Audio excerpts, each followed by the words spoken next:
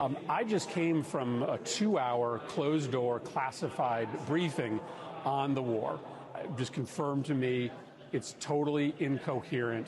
We are not going to be able to achieve any of our stated objectives. But I mention it because it's another closed-door briefing. We have still not yet heard a full explanation as to why this is necessary. We still have had no hearings in front of Congress that the public can see, and I think that's pretty simple. Because if the president did what the Constitution says, come to Congress to get authorization for this war, he wouldn't get it.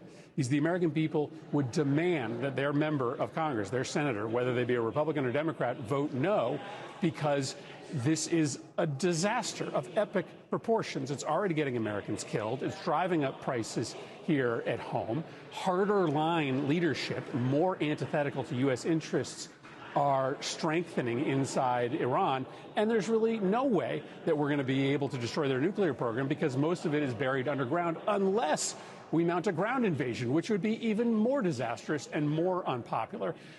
This has just been a debacle, a 10-day debacle, and we're going to use whatever leverage we have in the Senate to try to prompt those hearings, to try to prompt that vote, and to get this administration to start paying attention to the Constitution. The situation was very quickly approaching the point of no return, and the United States found it intolerable, in my opinion, based on what Steve and Jared and Pete and others were telling me, Marco, so involved, that I thought that they were going to attack us. I thought they would, if we didn't do this at the time we did it, I think they had in mind to attack us. And most of you don't condemn, even support Trump's and Netanyahu's war on Iran, yet claim to stand with the Iranian people. Now I dare you to say that to the eyes of that 7-year-old girl, her backpack still beside her desk, that was killed when a US Tomahawk missile hit her elementary school. Dare to admit to the 167 other victims in that school that you are offering European bases to US killing machines. Tell the families of Tehran, a city of 10 million people, that you support the chemical warfare of Israel as they poison the air with toxic fires and black rain that will cause cancers for decades. Tell the Iranian people how much you really love them, while from Golestan to Chehel Sotun, Western bombs damage century-old cultural heritage. Afghanistan, Libya, Syria, Iraq, your bombs never brought democracy and never will. They bring chaos, death, destruction, and the unbearable silence of children who will never come home.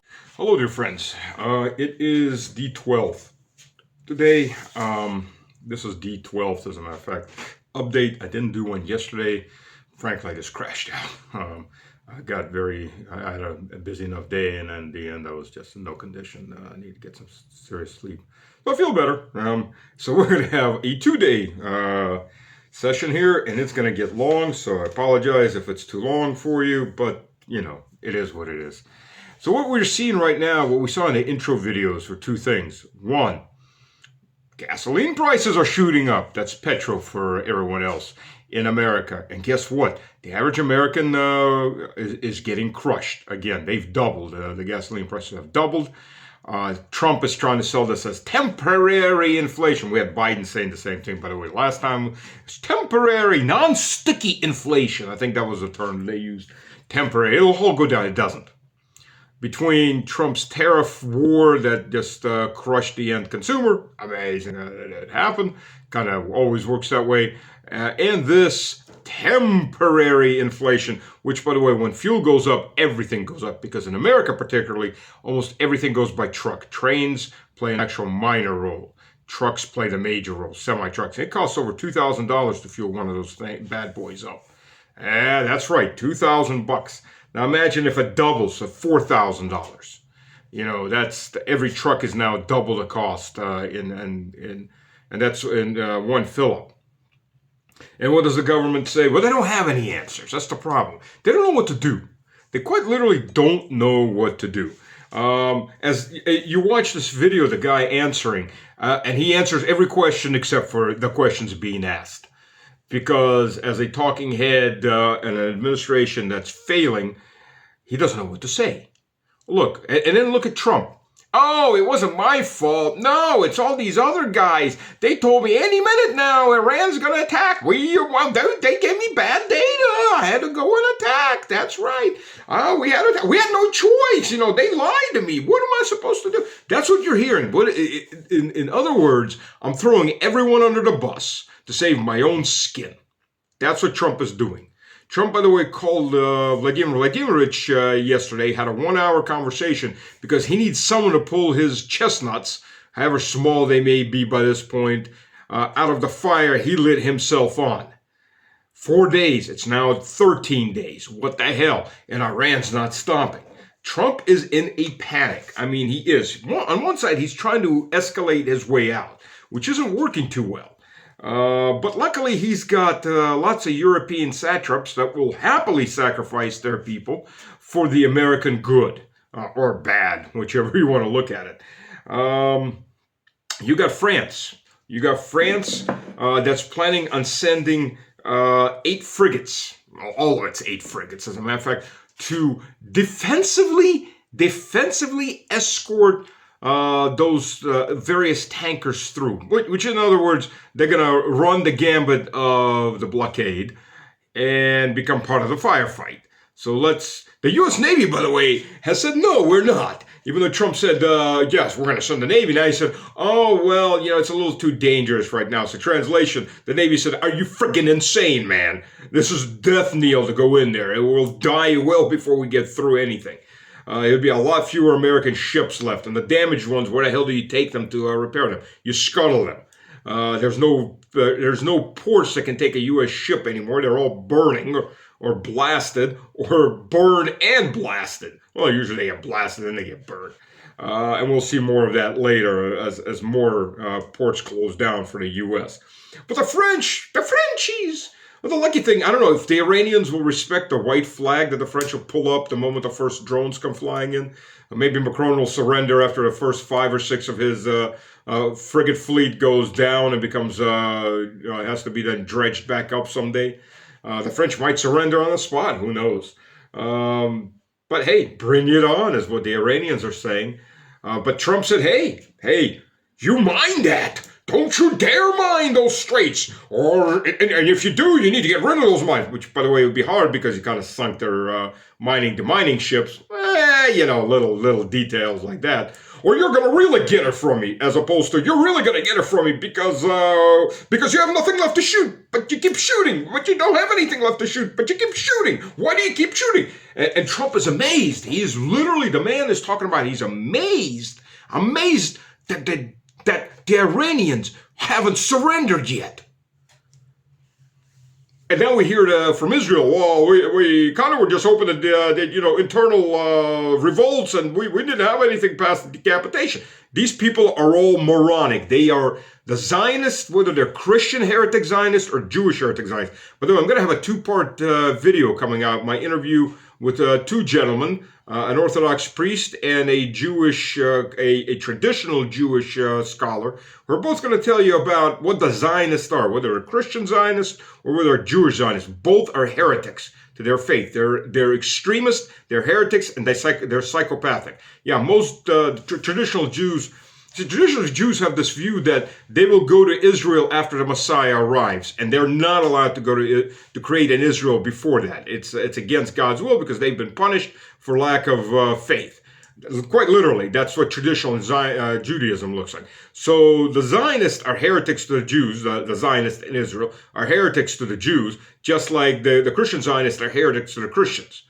So these 2 warmongering heretics, they thought because they're the elite of humanity, I guess. I don't know what the hell goes through these people's minds, because, well, heretics, they have true faith in the devil's preaching. What else can you call it but that? They thought that Iran was just going to fold over. And by the way, they didn't expect Iran to actually do what they say. These people lie constantly, okay? The Zionists, both brands of them, they lie constantly because any means to get to their end. So they expect everyone else to be lying and bluffing just like they are. Bluff is a lie. Well, that's what it is. It's a lie. I'm going to lie to you what I'm going to do when I have no intention of doing it because I can't do it. So these 2 groups of morons have unleashed a war that they don't know how to get out of. They quite literally have no idea. Trump is talking about, oh, we won, we've beaten them all. We'll end this war anytime now. Sure, anytime now. Wait, in a couple, this week? No, well, not this week, but some week. But anytime now, some week it'll end. Yes, it'll end.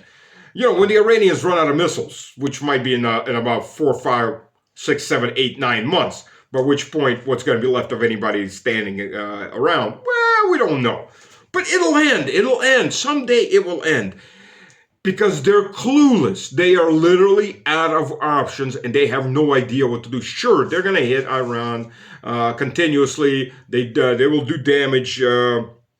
We see Iranian airfields that have been destroyed. We see the video that's showing you the planes being destroyed and burnt. Yes, Iran has taken a lot of damage. They've hit the airports. They've hit civilians. They've killed thousands of civilians.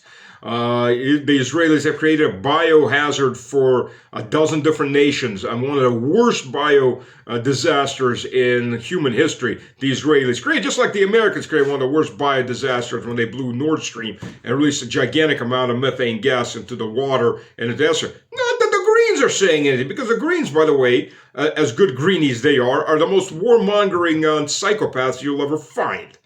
They used to say Greens are watermelons, green on the outside, red on the inside.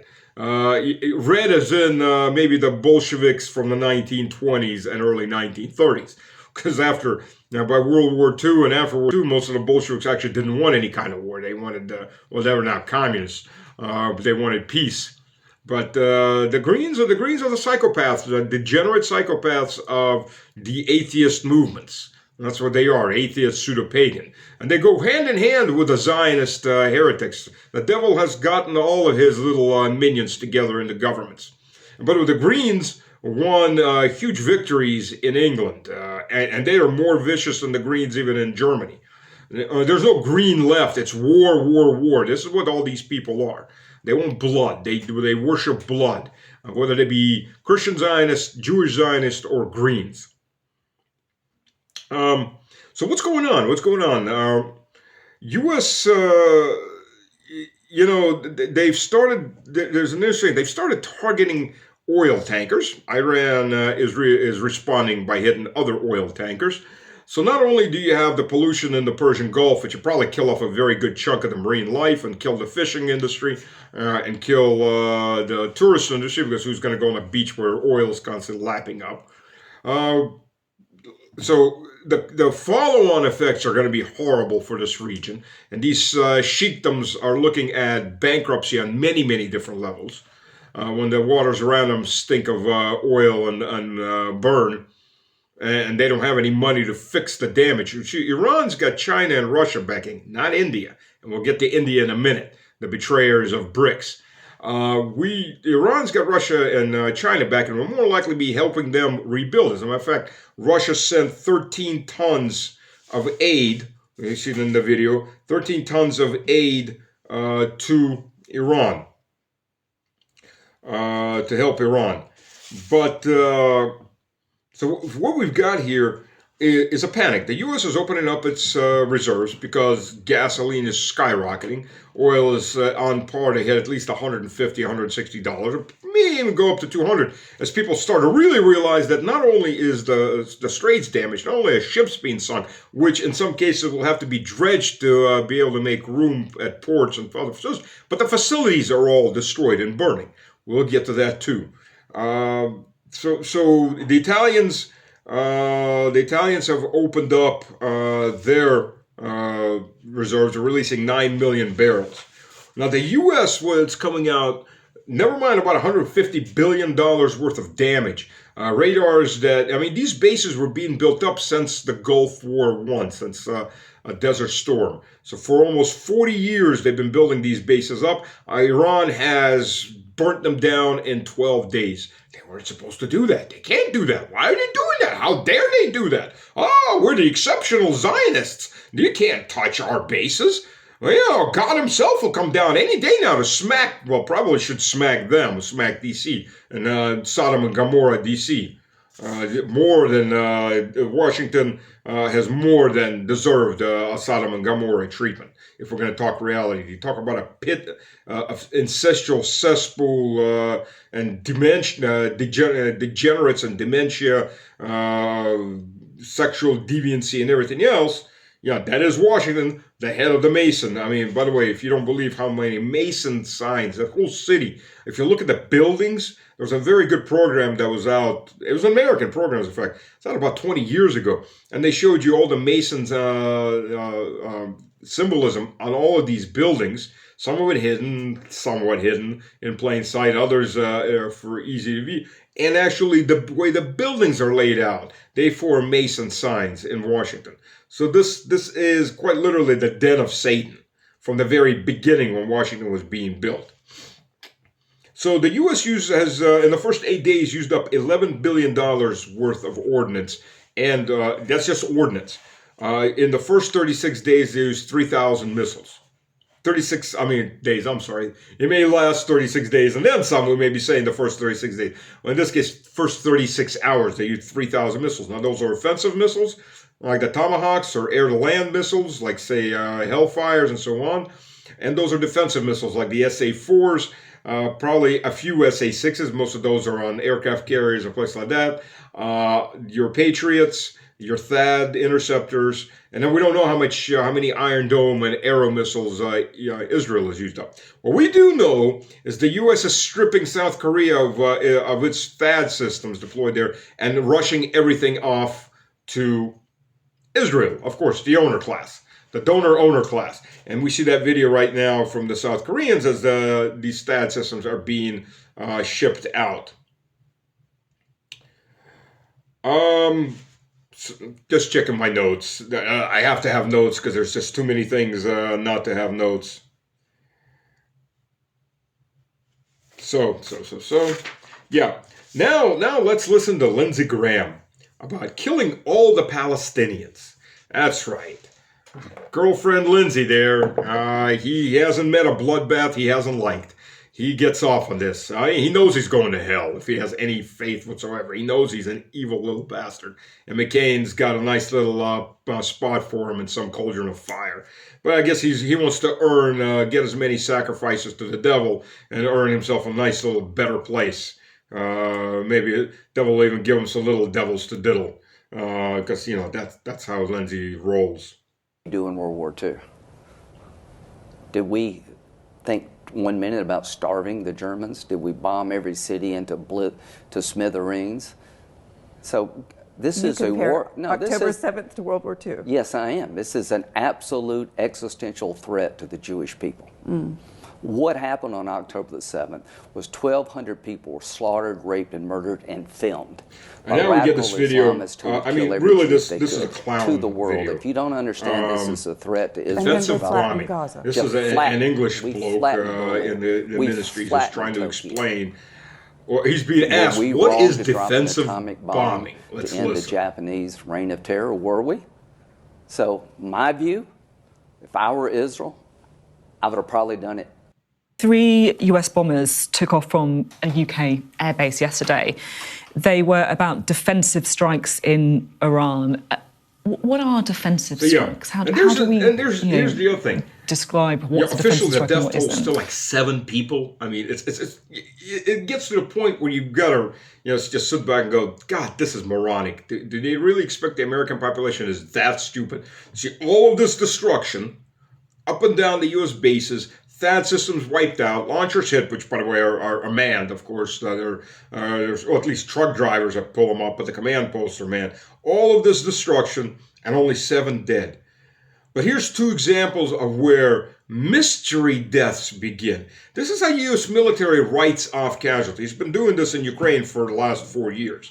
American, quote, American instructors, quote, American mercs, or like HIMARS drivers and operators and so on, and Patriot crews, and the French do it. Some French general walked off, a 70-year-old general went walking in the mountains at night, fell down a gorge. I mean, that was literally from 3 years ago. The French were claiming that, and Australia had a whole airplane full of officers just accidentally die. By the way, Australia is sending its military, or its limited joke of a military, over to fight Iran because, the American master said so.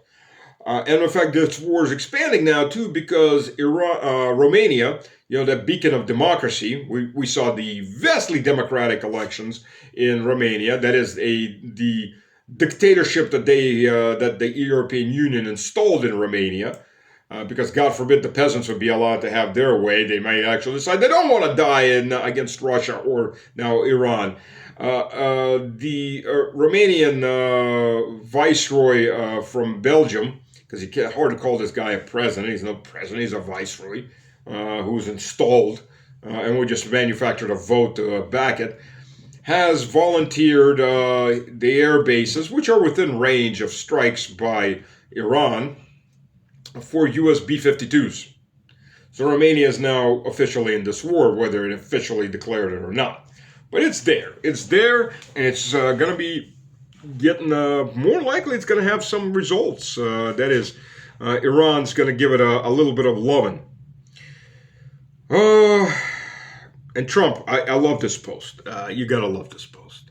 We make money off of oil prices going up, but that's not why we're doing this. Yeah, baby. I'm sure nothing in Trump's portfolio looks like, say, stocks in oil or anybody else. This is, by the way, one of the reasons why the American public is going to be fricked. I'm trying not to curse.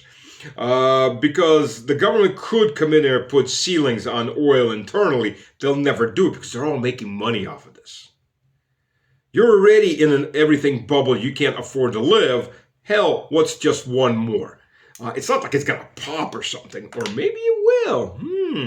But that all depends. But you, as the American peasant, I can't even call you a consumer because you can barely consume anything anymore. You're just a working peasant to keep the upper 0.5% ever more richer while everybody else gets poorer, including the upper class. Most of the upper class is getting poorer too, but not the upper 1%, 0.5%. They're having the best life ever, as they say now, as popular say in America. Yeah, oil prices are going up. Trump right there admits it. Yeah, we make money off of this. Of course you do.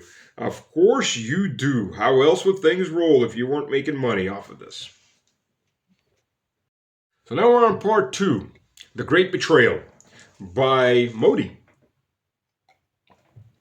So flying under the radar, a couple months before all this started, Modi has decided that he was going to hedge his bets not on BRICS, even though he's in BRICS. I mean, it's been understood for a long time. India was the fence sitter. India was the back door for the Americans into BRICS to try to ruin things. India had initially blocked a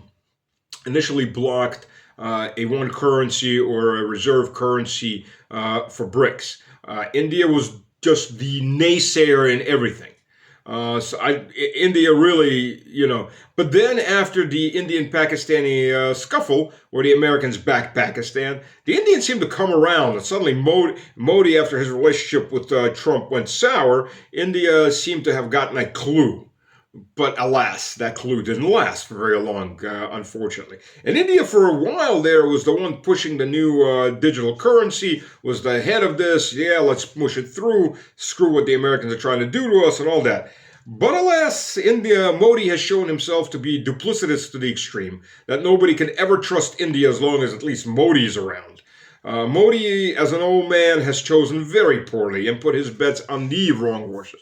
He decided to go through the Israeli lobby to get the Americans on his side. And he did this by getting on his knees and servicing the Israelis, like few ever have serviced the Israelis. So Modi flies into Israel, goes to the Knesset, and does a speech. And part of that speech, he talks about how Israel is the father of democracy. The apartheid is the father of democracy. And India is the mother of democracy. So your bastard child is what exactly? I guess the Americans? You can't make this stuff up. So they clap him, they put a medal around his neck, and he becomes a good little khalop. Khalop is Russian for slave, or like village slave. So Modi, who was pushing that India is a superpower, turns out India is a little is a spineless whore power. First of all, that video with the general, it is still fake. However, that doesn't excuse anything that Modi's done. Modi was pushing that India controls and brings a level of safety and control over the Indian Ocean. Now it says, this is a minor power. We can't do anything. After he signed an intel sharing agreement with the Americans. Now, the Americans didn't share that their submarines were in the area, but India hoarded out all of the information it had to the Americans. Good little hollops. Good little hollops. Now you can sit at the table with the big white people, the Anglo-white people, and you can feel good about yourself.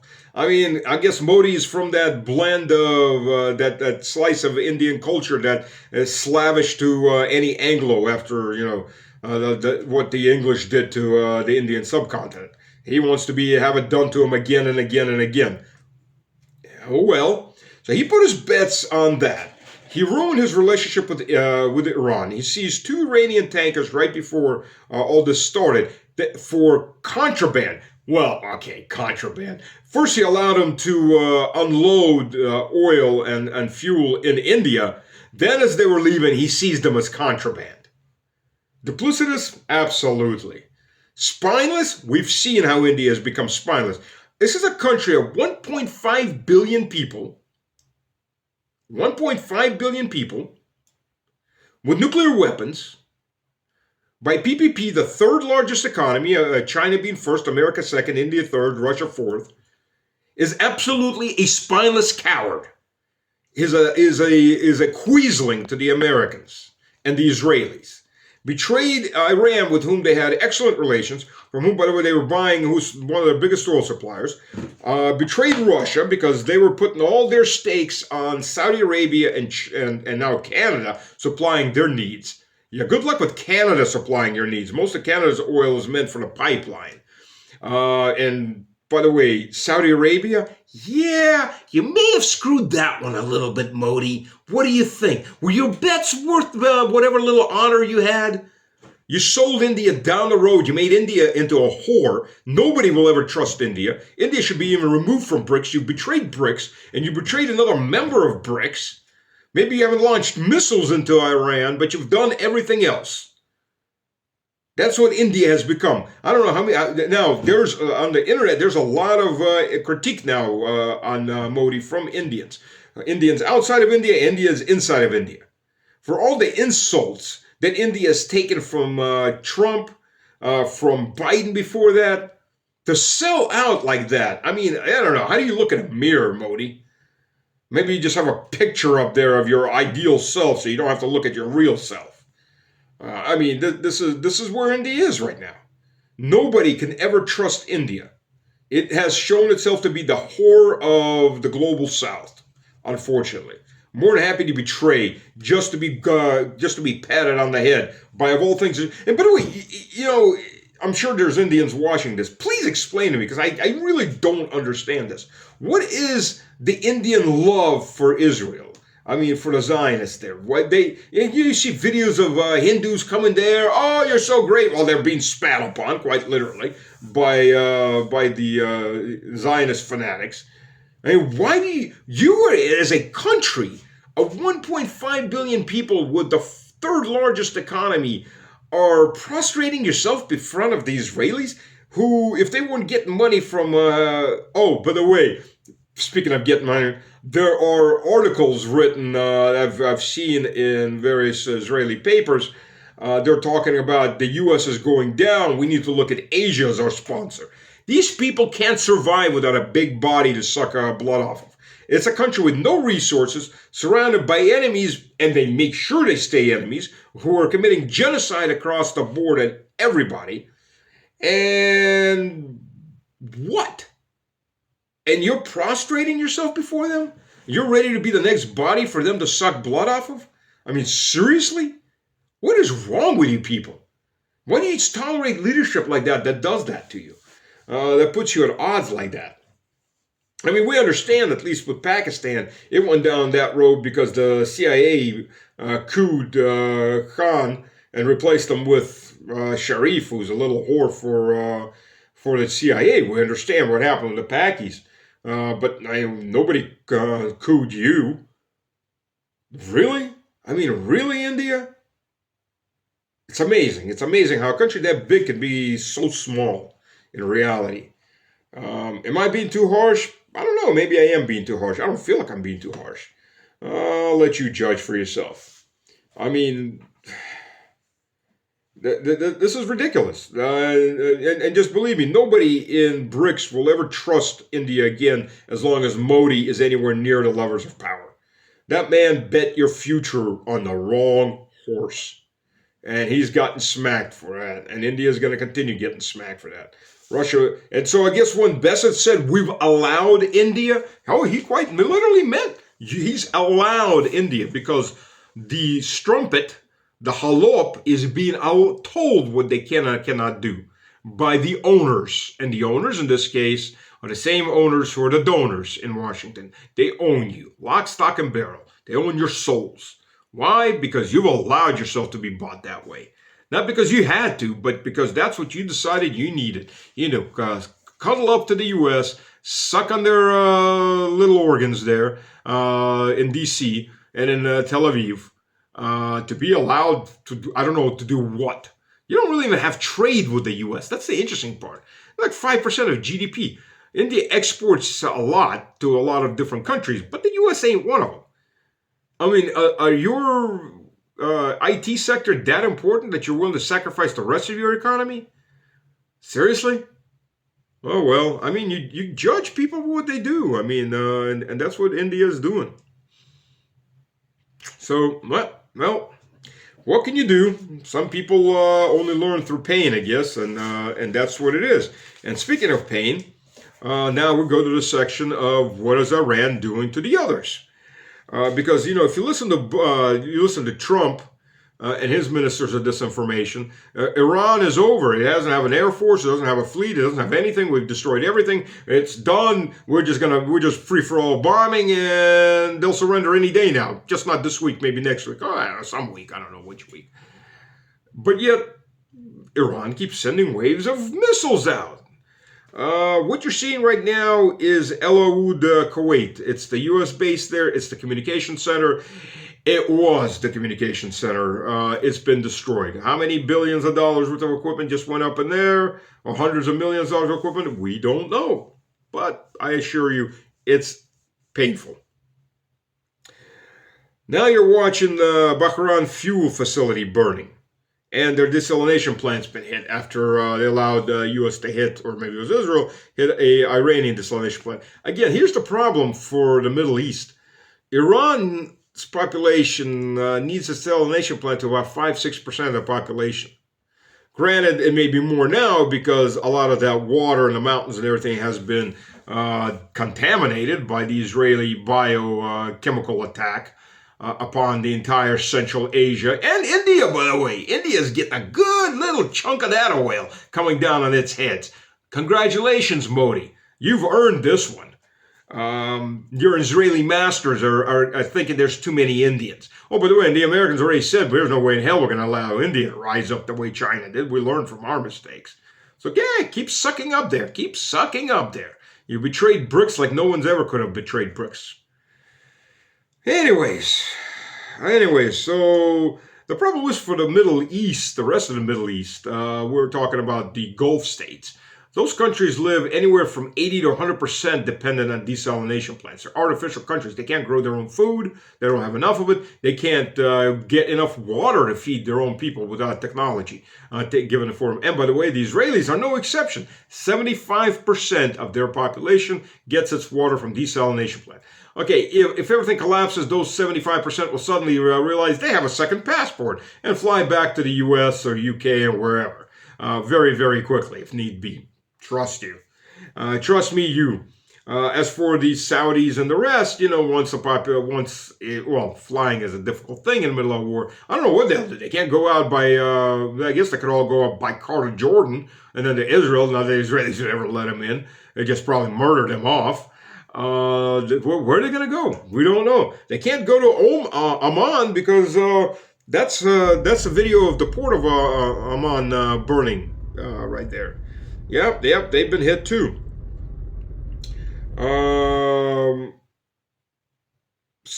Let's see what else have we got on. Okay, yeah. By the way, as a side, the Americans are very, very pissed off. Iran's oil exports went up 10% so far this war. Yeah, that's an interesting thing that happens. And this is we see hits coming in we see hits coming in into Israel, into Tel Aviv. We see a giant crater in Tel Aviv from another hit. The hits are coming. I mean, Israel is being heavily damaged. Of course, the Israelis right now, it's punishable by jail time. I'm sure maybe even a shot in the back of the head if you publish any videos. But videos are still getting out. Granted, not nearly what it would have been, but videos are still getting out of destroyed and damaged Israel. But while we're at it, this is Hezbollah has launched 200 rockets into Israel. Why is Hezbollah now starting to do mass rocket? Because the missile defenses are drained. The Israeli-American missile defense are drained. Why? America's stripping everything it can from everywhere. They tried to, last another week, hopefully to find some kind of off-ramp by murdering enough civilians in Iran and maybe in Iraq. So they've got little problems there. What we're seeing is Israeli interceptors going up. Again, Iran has no missiles capability, no drones. That's what we hear from Trump. They have nothing. We've destroyed everything. But yet Israeli interceptors are still flying up because there's still stuff coming in, and stuff is coming in steadily. We have from Iran that they hit the Palmachia and Nevada air bases in India. Unfortunately, we don't have photographic evidence because, again, total censorship. We have this isn't India. This is Bahrain and Bahrain for someone, and this is a U.S. Patriot. Patriot missile that they seem to have decided to defect as well and slam into the city rather than go up and try to find its target. This is, by the way, if you ever notice, it's like about every 8th to 10th missile just goes wherever it goes. And a lot of these videos have been coming out, when a Patriot battery was taken out by a Kinjal missile about 2 years ago, and the battery fired off 36 missiles, everything it had. Of course, they all missed, and the Kinjal slammed into it. And I guess they're all sitting pretty close together, which is stupid, and took out the control base, the control module, the radar, and a lot of the launchers. But out of those 36, never mind, it's $6 million a pop, so it's like $220 million is going, almost $250 million. If you, in that video you saw, I don't have that video up right now, but in that video what you saw is about 4 missiles just going every other direction. Instead of all going this way at the incoming, they all went just 4 or 6 missiles in different directions. I've seen that in Saudi Arabia, videos of that coming out back when they were fighting Yemen, which they may be fighting Yemen again. So a lot of the damage from Russian missiles in Ukrainian cities are probably Patriot missiles that decide to defect and take something out. It's an issue that Raytheon isn't admitting to. Shocking, I know. Raytheon lying. It's not like they lied about the quality of their missiles in the first Gulf War. Oh yes, they did. They couldn't take out a base ballistic missile with a gyroscope for a guidance unit. The Scuds, the R-11s, like a 1950s missile. But hey, who's counting on all this? But don't think Israel is just a simple victim of evil Iran's aggression. I know you don't if you're listening to these videos. This is a video of Israel striking a Lebanese refugee camp on the shores as Israel is ethnically cleansing and Gaza in Lebanon. You see the people running. This is an RT report. So we'll go ahead and watch that RT report. Just moments ago on Thursday morning, a drone strike targeted displaced people on the beach. These are the people who fled from the southern suburbs, from Dahi and from South Lebanon, who took refuge on this beach. They had tents and they had just chairs and they had only stayed in their vehicles, in their cars, just to stay safe because they considered this place a safe area for them after they fled and after the evacuation orders that was issued to the southern suburbs and to the southern of the Litani River. On the early hours of Thursday, a drone strike targeted them. It targeted a bunch of people who was staying there, having just their night, getting ready for another day of fasting in the holidays of Ramadan. And a drone strike just hit directly in between them, in the middle of them. The scenes were awful. People were shattered. We couldn't take footage to respect their situation. There were, of course, people dead of the strike. There were people wounded, and you can see the chaos. A lot of ambulances are trying to clear the wounded from the scene. It's a very busy road during the any time of the year, and especially now because of the displaced people. Everyone seek this area to take refuge and to be safe. But yet again, the Israeli drone strike targeted them while they were just resting and waiting for another day.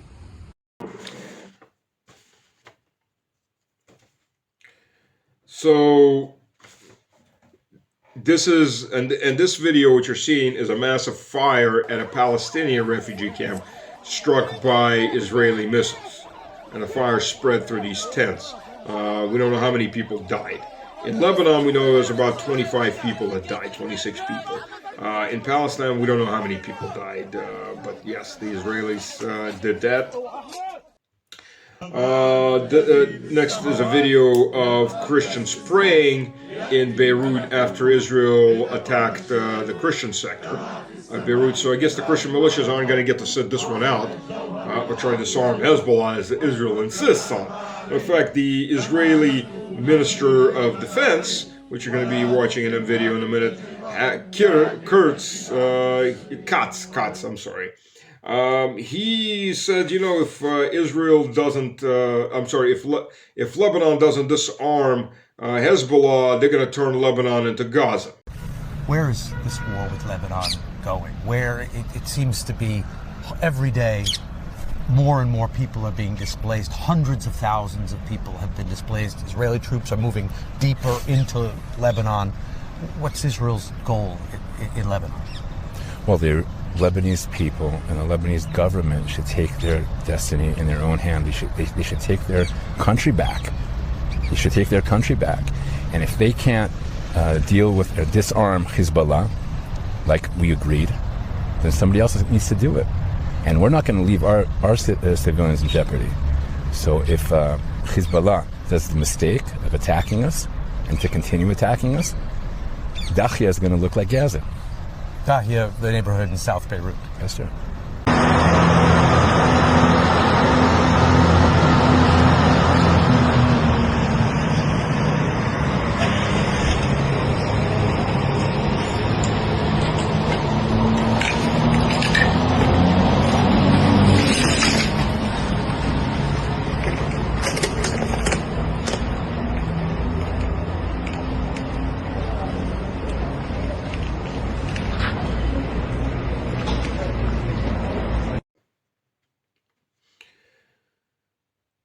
Israel continues, a matter of fact, Israel struck the Lebanese university in Hadath in Beirut. We see that right there in that video. I know you're shocked. Obviously, everybody's shocked that Israel will do things like that. The Israelis will go after civilian infrastructure and murder refugees. I know, shocking, isn't it? But, you know, the good thing for Israel, the Christian Zionist heretics, they don't give a damn. They don't consider anybody but themselves Christians. And they've turned Christianity from a religion of peace Christ from the Messiah of peace into kill everybody that doesn't act like us because we want the end of the world. We need to have Armageddon. Let's just kill everyone. And by the way, you know, you tell a lot of these pseudo-Christian Zionists and Christian Zionists in the U.S., these evangelicals, that, by the way, there's lots of Christians here, money is helping the murder. They go, where? Oh, that, you know, Iran has over 600 churches. No, because they believe all the crap they hear. Iran has synagogues. No. Iran has Christian and Jewish soldiers and officers and representation in the parliament. No. Yes. 1/3 of Lebanon is Christian, and they're murdering Christians. 10% of the Palestinians are Christian, they're murdering Christians. About 20% of the Syrians are Christian, they're murdering Christians. No, the U.S. has destroyed the Christian community in Iraq and wiped them out by funding, by the way, IGIL that it helped create. No, yes, all that, yes. Thank you to you Christian Zionists. And DC and Israel, you're fully de-Christianizing the Middle East. And supporting, by the way, regimes like in Saudi Arabia that, actually do de-Christianize and ban Christianity. Yeah, go figure on that one. You who claim to be the greatest of all Christians are just a Christian heresy. Heresy by John Darby from 1833, and by Schofield, who was a con artist, an embezzler, who wrote the Schofield Bible. Just look up the person that did it. I mean, the man dropped his wife and kids, found himself a mistress, wrote this wording on the Bible that he interpreted with interpretation notes for the heretic Zionists to know how to think. This guy who had no background in theology, of course, why would he need it? And he was a con artist. They don't like to admit that. They try to scrub that out of history. Yeah, bad vibes. So, what else we got? We got freedom in the USA. Listen to this video, and let me just summarize it for you. You know, likey Israel. You know, getty worky. You don't... Just listen to this, and you tell me how much freedom is in America. It's bad enough you can't criticize Israel if you take a federal loan. You as a student in an American university with a federal loan, you can criticize America, but you can't criticize Israel. The scourge of anti-Semitism must be defeated anywhere and everywhere that it exists. As we just heard before, from holding universities accountable to using laws within the Justice Department, existing laws, to hold and prosecute crimes against the Jewish community, from preventing people from working and going to worship in their shuls. And then, as was touched on very briefly, but a visa vetting program that we are just beginning now to see the results.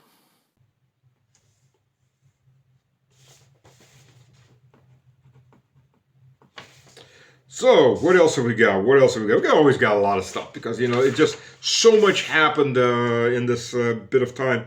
So this is a comedy section.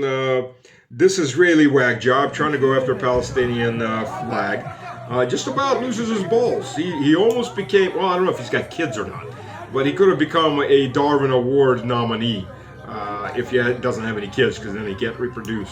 You don't have to die for the Darwin Awards. You just have to not have kids, not have reproduced, not be able to reproduce after your little stupid run there. And he had the stupid run. Now they're trying to get him off that spike, his balls and his ass off that spike that are now fully stuck on that. And we're going to leave on that, on this image of this nut job stuck on that spike, because that is the metaphor for America and Israel, for the heretic Zionists of both faith, who have now gotten themselves stuck on the Iranian spike, and they don't know what the hell to do anymore. They're quite literally out of options. Oh, well, darn it. How's that working out for you? Probably not so good, is it now? And there's a lot more coming up that way, straight up one's poop shoot. Because the days have come, going after, so look, even if tomorrow the Straits of Hormuz, Amurs in Russian, open up, you got to dredge a lot of tankers that are away in a lot of ports. You got to build back up a lot of infrastructure. Get workers to come back, by the way, and build up the infrastructure just to be able to sustain those workers, with food and water. And then start trying to pump oil.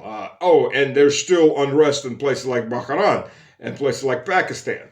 You're not hearing as much about it, but there's still unrest there. Yeah, this is, I think, a long-term drop for the not just the Middle East, for the Persian Gulf in particularly. And before I forget, I did forget this one. Two things I've forgotten, obviously. First of all, the Committee on Defense, I want to get the exact name of this. I'm sorry, one second. The Iraqi Resistance Coordination Committee has told El-Jilani, the American-Israeli plant, that if he attacks Lebanon, he's going to turn Syria into a full war, because those Iraqi Shia militias are going to come over there and let him eat his teeth. Never mind, he's still fighting the Dragon Brigade, if I remember correctly. They're the Syrians, the Syrian Alawite / Christian brigade that never gave up the fight. It was a Lion Brigade. The Lion Brigade. There's still Christians and Alawites are going to be ready to fight. Plus, he's got his own psychopath Islamics, jihadis, the Sunni jihadis that are created by the U.S. and by the West originally, that aren't happy with him because they figure out he is a tool of Israel. So there's a multi-way civil war. Plus, the Kurds that are left. That's another point right there. The Kurds in Iran have said, in Iran anyways, no, we're not going to fight because in fact, they were warned by the Kurds of Syria not to do it because you're going to be betrayed by the Yanks once they're done with you. You'll bleed for their ends, but then they'll kill you off when they don't need you anymore. And the Kurdish revolutionary groups that are sitting in Iraq but are Iranian have yet to decide if they are or if they aren't. If they're smart, they won't. If they want to throw away their lives and throw away their people's lives so America can get its way and no more, then they'll do that. We're hoping they're not. And then the final thing for this is Azerbaijan. Yes, I did forget about Azerbaijan. Azerbaijan is still playing its games. On the one hand, it sent humanitarian aid to Iran and is making noises about being friendly. Meanwhile, as you see this video, this secret or semi-secret Azerbaijani airfield that was built in Karabakh for military purposes is being cleaned up. You see the snowfall that's in those mountains, and it's being cleaned up. It's actively being cleaned up. It's within easy striking range of Iran. We wonder why we're doing that, don't we? Even though they're, these Western Satanists by the actions they take. On the one hand, they talk about good deeds. They may make a few small gestures. On the other hand, they're sharpening that knife that they're going to stick into your ribs. And Azerbaijan does not seem to me that it has any different personality than its masters in the West. So we'll see. We'll hope that Aliyev has, we can all always hope and pray that Aliyev has enough sense not to sacrifice his nation and kill a lot of people on on all possibly three sides. But then again, from his previous actions, probably not. Probably not. And that's another thing, by the way, to wonder. Russia and China's got Iran's back. They'll rebuild Iran when this is over. Who's going to build the Persian Gulf up? The U.S. isn't going to do it. The Israelis aren't going to. The U.S. is broke. And any money the U.S. has that it can take out of schools, roads, helping its poor and homeless, it's going to ship it all to Israel. Because Israel's going to need a lot of rebuilding. And the Israeli economy is a zombie economy already without American money. It's dead. It's dead men walking. So it's going to need a lot of American money. And those those sultans aren't going to go bankrupt trying to rebuild their countries. Most of them have left, and they're going to stay left. They're going to enjoy living their best lives ever and all the money they pulled out. And those that are left, whatever's left, who's going to rebuild it? And in fact, Dubai, while we were at it, the whole United Arab Emirates has shown that they're not immune to all of this. They're not a safe haven. In fact, they're ground zero. So a lot of people, I'm going to feeling in the next years, are going to pull out everything. Look, Kuwait never recovered. It was the gem of the Persian Gulf. It never recovered after the Iraq American wars. After America talked Saddam and pulled Saddam into Kuwait. And yes, the Kuwaitis were stealing Saddam's oil. That's beyond a doubt. And Kuwait used to be the 19th province of Iraq. That's also true, without a doubt. But after all that, Kuwait never recovered. The money went to these other sultanates. Where's the money going to go after this? Probably not India, as long as Modi's around. Why trust that backstabber and his government? No, money will find someplace to go, but it definitely isn't going to come back to Dubai like it was before. The fairy tale is over, gentlemen. The fairy tale is over, and people are not going to believe you that when you say we're immune to all of this. You're ground zero of all this. And by the way, the ecological damage is going to destroy tourism also. You know, once it came out of the desert, it may go back into the desert. We'll see. We'll see how the years treat these sultanates after this. And back to that image of the psycho-Israeli with his balls hanging out of a spike. That's the Zionist with his balls hanging on a spike. It's the Zionists in general, all Christian and Jewish Zionists with their balls hanging on a spike. What are they going to do? Who knows? But we'll watch. And the whole problem won't be anything good because, these people only know how to escalate to try to get out of the situation that they find themselves in. God bless. Let's pray for all the people on all sides of this that are innocent and getting slammed by all of this. And that's our innocent people in Israel too. And let's just pray for their well-being. It's a Christian thing to do. And if we pray, that the enemies of God kiss the cross and bury the sword and come to peace. But they'll do what they'll do. And I'm here to keep you up to date on it. I was supposed to head to Iran with a group of journalists right before all this started. But they took one group, and they came back, and our group, they pushed it back for 2.5 weeks. And then it was obvious it was just going to be too dangerous because the war was starting.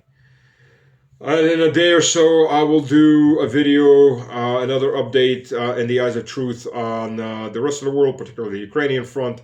And I've got a Duran interview coming up tomorrow. We'll go over that too. And next week, I'll be going with Rick Sanchez. Pretty nice guy, cool guy. I've done a bit of drinking with him before, so it's he's a good guy. And we'll go over the big maps. Everybody loves the big maps. I love the big maps. It makes my life so much easier trying to explain what's going on when I got a map. It's an amazing thing, this concept of maps. Thank God humanity was able to invent that.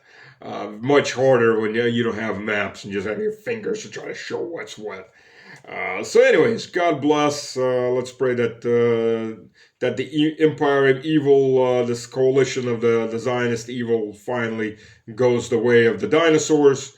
And the people in the U.S. know freedom, and everybody else knows freedom and peace. Actual freedom, not the crap that talk. Americans are told all the time, we're fighting for your freedom. Where? In Afghanistan? In Iraq? In Syria? Now in Israel? I mean, I don't know what Americans' rights keep getting drunk and lost in all these countries. And they have to be rescued. America's freedoms are rescued in Afghanistan or in Yugoslavia or Libya. It's all America's freedoms. That's the stand. And what the problem is these morons that actually buy this stuff up. They're fighting for our freedom. Meanwhile, you live in a police state where there's whole sections and areas you're not allowed to criticize because otherwise no worky, no diplomy. But that's freedom. Or in their mind says, it's the same people that were criticizing Snowden for telling them, taking the shades off of their heads that they prefer to keep on about how much they're being spied on and controlled by their own government illegally. And they're all, Snowden's a traitor for what? Telling you the truth? These are the same people. This is the same ilk of people. You see this, I know some of these people, they put up stuff on Facebook, things like that. You're like, this is lies. They'll repeat any lie. At least if their party is in power, they'll repeat any lie. Actually, it's one bird, two wings. Democrats, probably the same damn bird, same damn donor class. Oh, and it's no different in the UK. I mean, look what's coming up in the UK to replace the Conservatives and the Labour. The Greens, Psycho Greens, and Reform, which is, by the way, outside of the only platform that they have different from everything else is immigration. And we'll see what they do with that if they don't back out. And Reform is now flooded by the Conservatives that have gone over to Reform, stake their horses there. And they sound just like a regular neoconservative, except we don't want immigrants. And they do have a lot of problems with immigrants, a lot of illegal immigrants. I understand that. But other than that, everything, the other 99% of the issues are the same thing as conservative Tories. No difference, nothing new for the economy. Everything that we destroyed, we'll just keep destroying. So there's these people, it's the same damn elites. Until they are removed and fresh minds and fresh bodies come in there, nothing will change. And left and right is a false dialectic. This isn't a war between free markets and Marxists. I mean, that's an issue. First of all governments are mixed economies to one degree or another. You can't have a pure capitalist system. You can't have a pure socialist system. It doesn't work. Neither one works. You have to find some sort of balance depending on your culture, your situation between the two. That's the reality of it. It's in compromise. But the actual war that we have going on is between the globalist, aka international finance, and the localist / patriots / nationalists, whatever you want to call them, parties. And the globalists can be, quote, conservative, or they could be, quote, socialist. It all depends. I mean, the Greens are super socialist, but yet they're really just mass murdering psychopathic globalists. Or, they could be localists, the people that put their countries and their people ahead of in the issues. That's what the real dialect is. It's time to wake up for that. You're being played. You're being played by these old stupid divides that while everything you own is being stripped from you by both of these, quote, sides or representatives of these sides, that you're being told to cheer for one or the other or a third. So there you go. Don't like it? Well, that's how I see it. So God bless and have a good day.